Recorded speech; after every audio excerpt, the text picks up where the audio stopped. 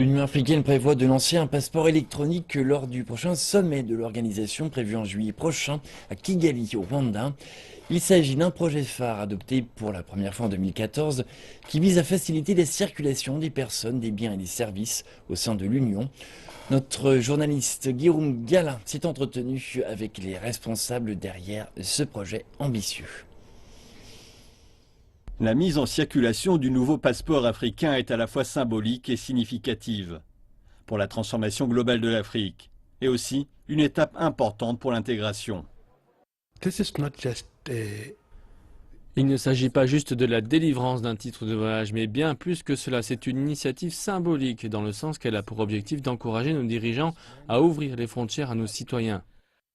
Les chefs d'État et de gouvernement, les ministres des Affaires étrangères, entre autres, seront les premiers à détenir le passeport historique. Les hommes d'affaires seront les prochains bénéficiaires, car le passeport a pour objectif de dynamiser le commerce panafricain, l'intégration du continent et son développement économique.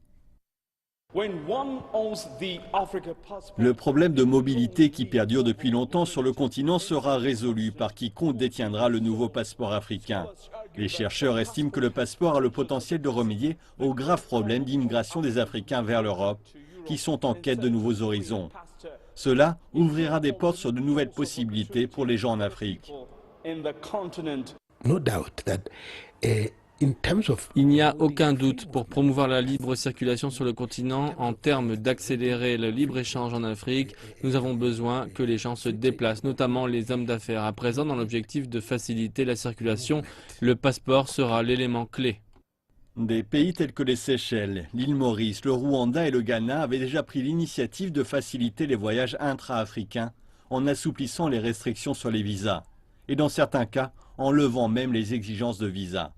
L'Afrique espère atteindre d'ici 2020 l'objectif d'un continent sans visa.